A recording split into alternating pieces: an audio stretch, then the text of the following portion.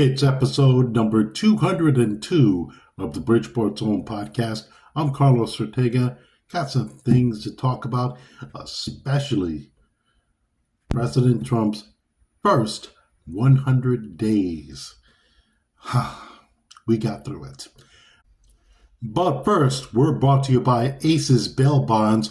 They're located at a new spot, 1173 North Avenue, Bridgeport. Call 203-366-4817 or the toll-free number 866-777-BOND, 866-777-2663, or go to their website, acesbailbondct.com. And the Retro Spin Shop, 446 Main Street, Monroe. Go see Ron Webb for your 33s, 45, 78 records, VHS tapes, CDs, and more.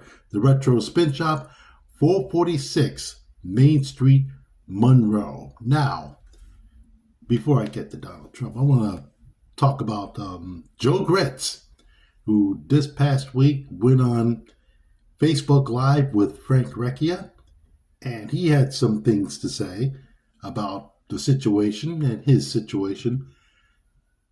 There are a few things. Number one, he said that he has PTSD. Number two, and I'm going to say this very bluntly and clearly, if you do have a condition of any kind, seek help.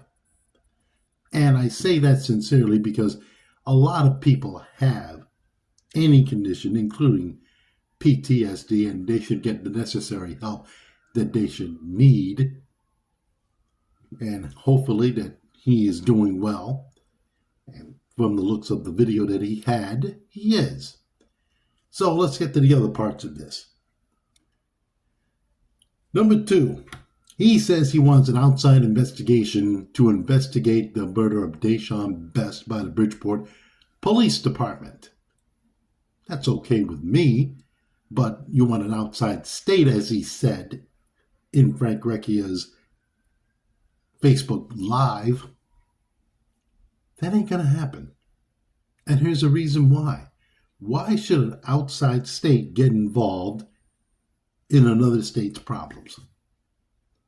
They have to operate within the state that they're investigating, and this is Connecticut, and they don't want to do that.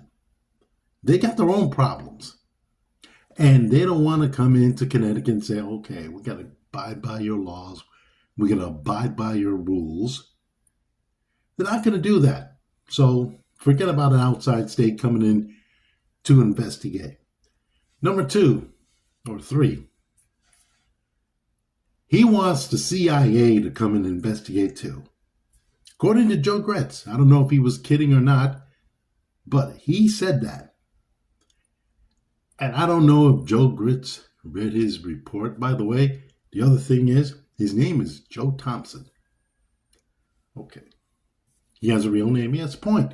Yeah, Joe Gritz is an entertainment name. He has something to do with entertainment. And he has checks that prove that he is really Joe Thompson. So, Joe Thompson, Joe Gritz, if you read any laws that pertain to the CIA, I'll do one better. If you've ever seen the movie Feds, see it. And I tell you that because the CIA don't get involved in local business. The CIA gets involved in matters of national security. Now, you might be joking or kidding and so forth. Fine. But when you say we need the CIA to look into this also, that too ain't going to happen. Because like I said before, they get involved in business that has to deal with national security. That's probably not a good idea. Good suggestion, but not a good idea because they don't get involved in shit like this. They don't. They really don't. And the third thing, I'm running out of Joan Gritz's first name. Getting another state, that's 2. CIA is 3. Number 4, he wants the FBI to get involved. Great. Here's the problem. Do you think a Trump administration, FBI agency, Justice Department is going to come in and take over an investigation? And with that, spoil his whole investigation because he is out on a revenge tour of people who did him wrong, allegedly? Just asking, because that ain't happening either.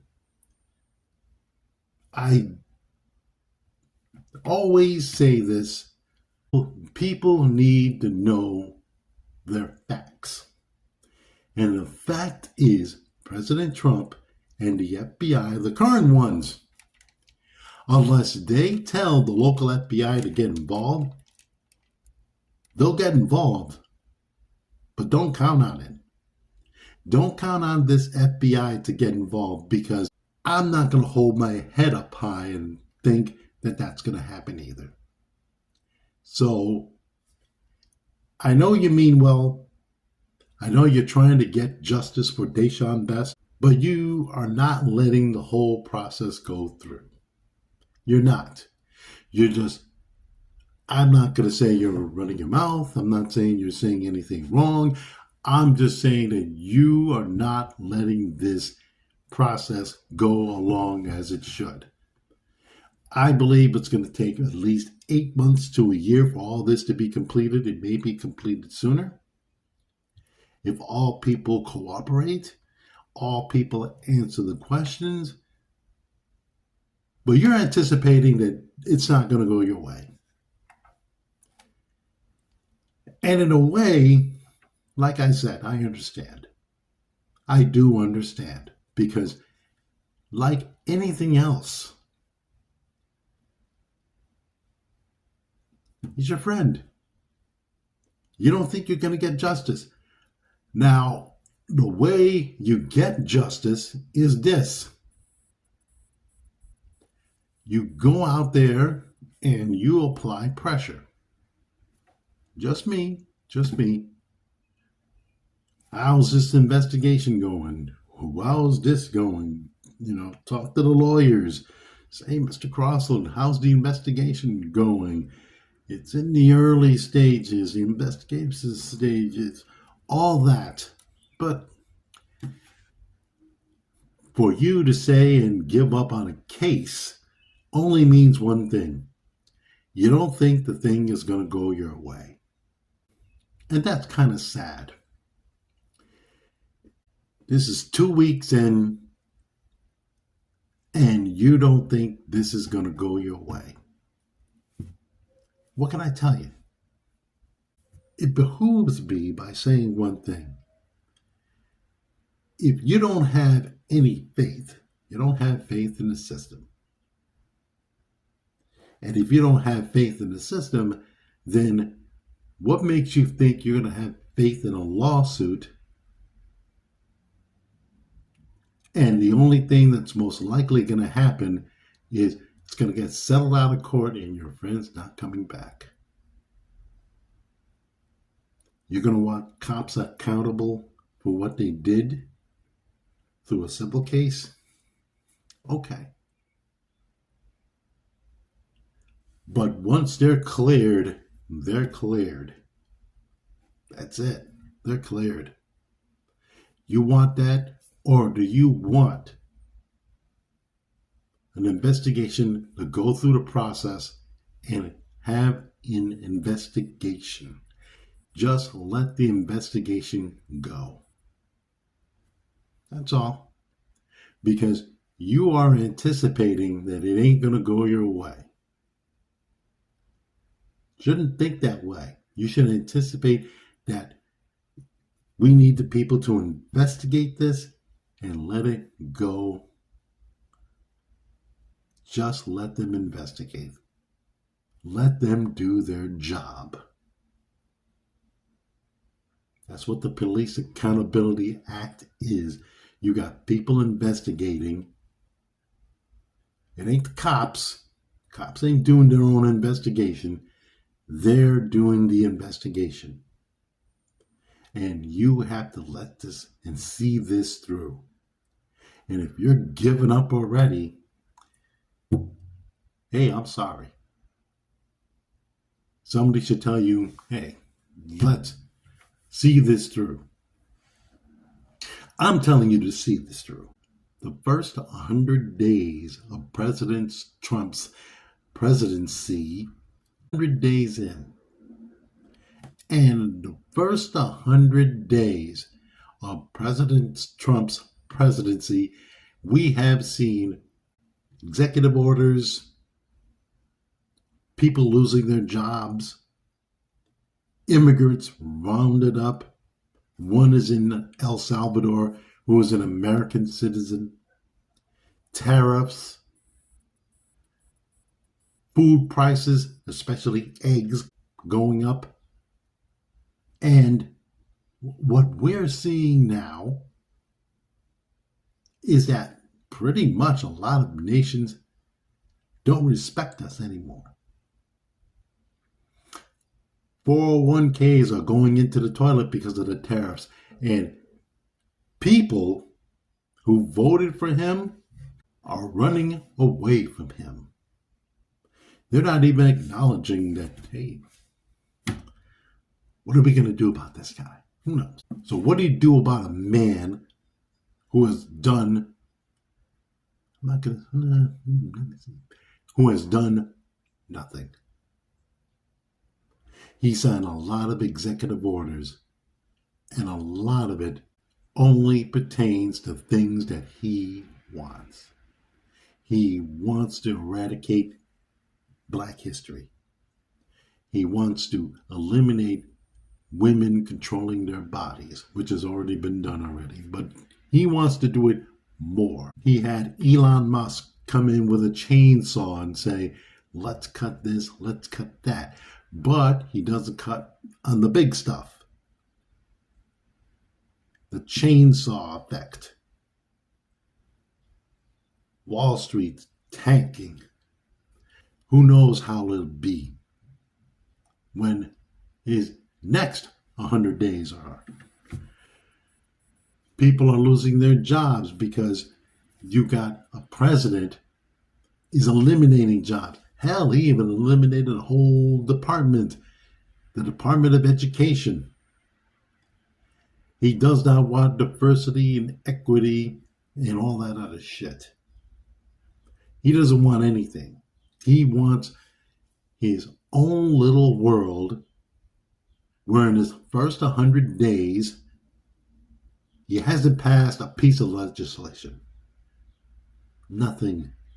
He hasn't passed shit. Now, if you're talking about a continuing resolution, fine. That's a resolution to continue on the previous resolution to the previous resolution, which was from the previous administration.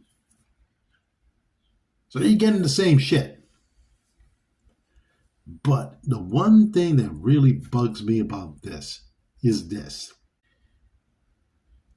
Latinos, people are getting rounded up. Immigrants. And one non-bad guy is in El Salvador.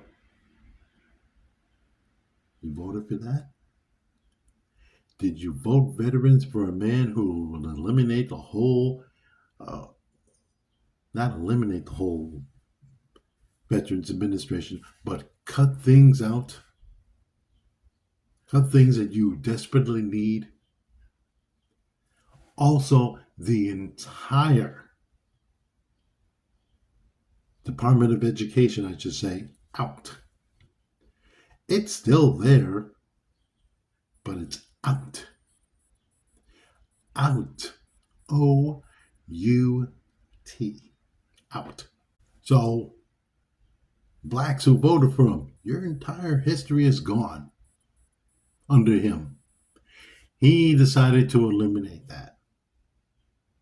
And he did it by a stroke of the pen. It's called an executive order, which if he even tries to run for a third term, the new president, if it's not a Republican, will actually say, I'll reintroduce my own executive order on this or that and anything else. So it's a give or take situation. But the main thing is this: you voted for him. I didn't. I knew that this man was a failure the first time, and none of you guys didn't notice that the second time. You voted for a man who lied about people. I've said it all along. He lied, he cheated, he stealed. And he knows it. He said food prices were going to go down on his watch. It hasn't. Egg prices were going to go down. It hasn't. He's going to end the war in Ukraine. It hasn't. He says he's going to rein in tariffs. He's going to have people who made deals with us do things the way we want to be done. Well, other countries told him, hey, fuck you. We're going to do our own thing. You don't like it? Tough. The thing I have a problem with is not only all that, but each of our friends, countries hate us. Canada hates us. Mexico hates us too. Japan, China, two of our biggest debt holders hate us. Greenland, they want to buy Greenland, hate us. He wants to make Canada 51st State of the Union, which is highly impossible. How could this man do this and none all of you don't say, hey, it's okay. You know, I'm not going to give you the speech about you should have listened to the woman, because I think you all know. You all know you should have listened to the woman. Not one, but two. Two. So what is it that you don't want to say, I can't criticize him for it? I know farmers, and I've seen it on TV, say, oh, I'm getting killed over him, but I want to still support him. Really? You're going to put food on the table. How? How is he going to help you to put food on the table? How is he going to help you with that? How is he going to help anybody? And I mean anybody now. How is it going to help you? It just goes to show how naive people are, how they know that this man did what he did and all that, and still elected him. Did a bad job in his first term, and you still elected him. I didn't. Maybe you did. And for what? Tell me, for what? So you can say that the economy was going bad and so forth. The economy was not going bad. And that's why the Democrats should be at fault for this, because they should have not only told you that the economy was not going bad, it was getting better. Now the economy is going bad with these tariffs, all that other shit. And I'm telling you one thing, Japan and China, our biggest debt holders, they may call in their marker. That may be the next step. I saw a story somewhere where President Trump wanted a meeting with then football commissioner Pete Rozelle, private meeting and so forth. And This was when he owned the New Jersey Generals of the United States Football League. And he wanted that meeting with Rozelle, and he wanted ownership of a football team in the NFL. This is how great of a man who's the art of the deal. Pete Rozelle looked him in the eye and said, no, I can't do that. So forth. And then he launched a lawsuit against the NFL. And they won. They were supposed to get billions out of this deal. Guess what they got? $3. $3 Yeah, you won the lawsuit, but you only got $3. That's how much this guy knows about business. I could throw in the casinos, his real estate developments, all that. But when you have a meeting with the commissioner of the National Football League back then, and you file a lawsuit, you go ahead with the lawsuit, and you only get, upon verdict, $3, that has to sting. And it stung him because he wasn't going to get an NFL team. He wanted to buy a team. They just said no to him. And then he sued the NFL along with the whole rest of the United States Football League because initially they wanted to compete with the NFL. It was an antitrust lawsuit. And they wound up with $3. This is what you're dealing with. This is what we're dealing with. We, as citizens, this is the fucking shit we're dealing with. We're dealing with a guy who may know what he's doing, but doesn't know what he's doing. And another thing, the Secretary of Defense, not once, but twice, told people about maneuvers going on with his Defense Department. Blames it on the media. Of course they blame it on the media. Blame the media. Oh, it's the easiest trick in the book to blame the media. Oldest. Got that from Sarah Palin, the governor of Alaska, who lost her appeal upon a New York Times lawsuit. Boy, you can't make shit up. But the first 100 days of President Trump, if you want me to give it from F to A, it's an F. Pure F. He's done nothing, signed a lot of executive orders. Those executive orders don't go anywhere. They don't even take you to first base. But he signed them. But everybody knows that executive orders could be turned around and so forth. Yeah. You know that. I know that. So, whatever you want. You love the guy, you hate the guy. I'm not going to mention names anymore. I'm not going to mention people who voted for him. I'm not going to mention people who supported him, because those people who voted and supported him in this state, I'm not going to say you're eating crow. I'm not going to say I told you so. Just know, when you have an unqualified person to run for political office, you should know, and you didn't. And that's the problem with our politics. You get caught up in the BS and wind up with a lot of bullshit. Better yet, shit in your face. I like to tell you about the Shedeur Sanders situation.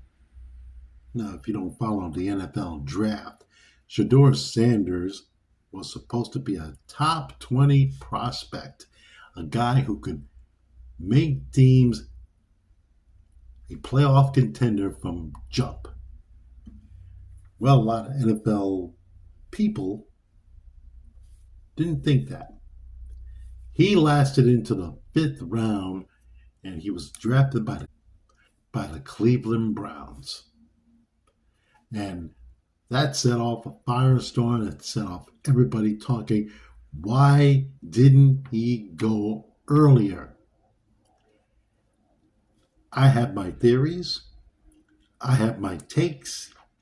But all it is takes and theories. I just know this. When you try to make people a test case for what you want in a person, in a human being, or anything that has to do with sports or what have you, this is what's going to happen. And this is what happened to Shedeur Sanders. And for all things that I've heard of him, he is not a bad guy. The thing is that you see collegiate athletes get paid. They're getting paid a lot of money. And that money may be the one thing that could be drafting people, quality people. And that's the reason why this situation with Shedeur Sanders, it's like they're having their own little thing with this. They're saying, oh my goodness, what are we going to do about all this? They're rich already, they're NIL and all that other shit. But I don't think it has anything to do with NIL and all that other shit.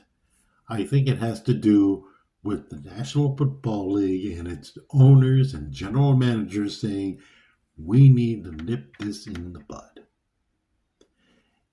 We need people to start earning their way into the league. It's not like the other guys didn't. And not like the other teams didn't want to draft them. Many of the teams do have quarterbacks, and some teams that drafted them also did have quarterbacks that they need to have onto. But this situation is pretty, I would say, intriguing to see him slip that badly in the draft. But he did. And he did, and a lot of people are saying, this is the NFL getting a little bit of this so they can tell people that this ain't gonna happen. We're not letting people come in there with a silver spoon in their mouth and they haven't earned a damn thing. That's just my take on it. If he's good enough to play, he should have the opportunity to at least get a chance to earn it. And he will. He's going to be amongst many quarterbacks on the Cleveland Browns that will compete for a job. They got 5 of them. But like anything else in this situation, it comes down to one thing or another. The New York Giants could have drafted him. Brian Daboll said, we had a great interview. Joe Schoen, we had a great interview. Then why did you draft him? Crickets. So the one thing I have to really get into is when collegiate athletes who are now getting paid is now the ultimate subject, then that's a problem. Because athletes, collegiate athletes, they're going to get paid. That's the way of the world these days. And they shouldn't be a target for ownership to say, we need to nip something in the bud. So, none of that. If you want a guy who wants to go out there and compete for a job in the National Football League, let them compete. Let them compete. There's nothing wrong with that. Nothing wrong with having people in good competition. That's all. That's what it is. Very tough, but good competition. As much as we have a lot of NFL fans out there, there needs to be some sort of what I would call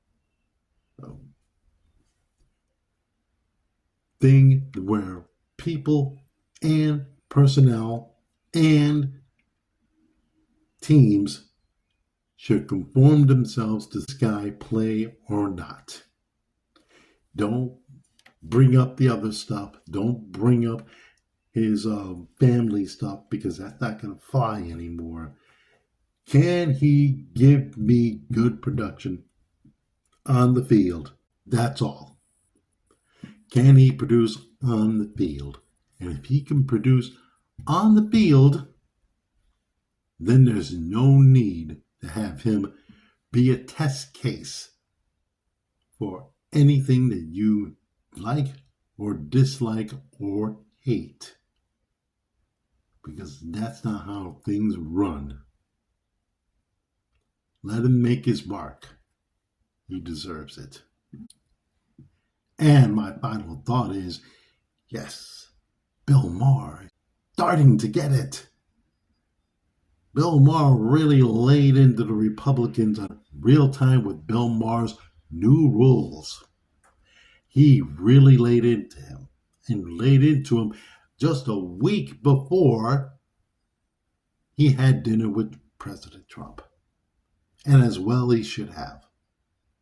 Because you're looking at a guy, Trump, who is really becoming, I would say, not the kind of guy that you want to have coming home to dinner and saying hello to. That's Dr. Jekyll. And Bill Maher, yes, you finally are seeing Mr. Hyde and his cohorts, the Republican Party. They are not doing what a lot of people would like for him to do. And that is start calling him out. And start calling him out for the guy that he is. Not the guy who's joking around. Not the guy who's kidding about running for a third term. Not the guy who was on The Apprentice. That's not what we elected him in. We elected him to be a president. We elected him to do that. We didn't elect a guy who can write down and sign executive orders. Not a guy to try to bully around another foreign leader. Not a guy who would call some guy a wacko or a whack job because the Democratic governor's mansion was set on fire. And that's where the Republican Party has to step up. They had to start calling him out instead of saying, he's just kidding. No, he's not. He was not kidding about running for a third term. He's not kidding about anything else, including tariffs. Somebody has to tell him that what you're doing is wrong. They haven't done that yet. And the reason why they haven't done that yet is because they're a bunch of pussies.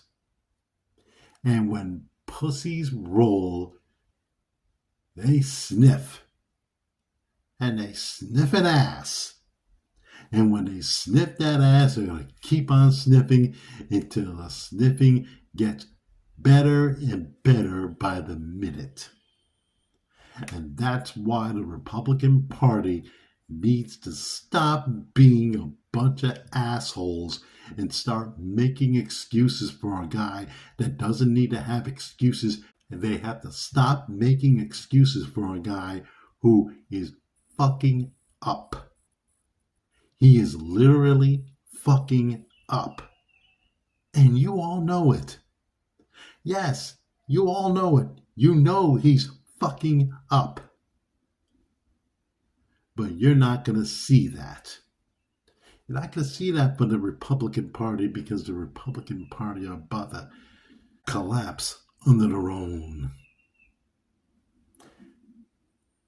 There may be a thing where the Republican Party could really survive this and not have to keep sniffing his ass. They can do that. And that is called opening their mouths. Open it. Instead of having it up his ass. And thank you, Bill Maher, for finally seeing Mr. Hyde for what he is, and the cohorts, the Hydeettes, for what they are. He's an entertainer. He's just joking around. He's not. But one thing I would like to think is that there are some Republicans out there who actually have balls to do it. And if they do have balls to do it, they would. But I question that because they're just out there. They're not questioning it. And they should, because in the long run, it'll benefit them. But it hasn't been done yet. And until then, it'll be the same old Republican Party that you've been seeing doing this. Sniffing. Check out episode number 202 of the Bridgeport Zone podcast. Wednesdays at 7. See you later.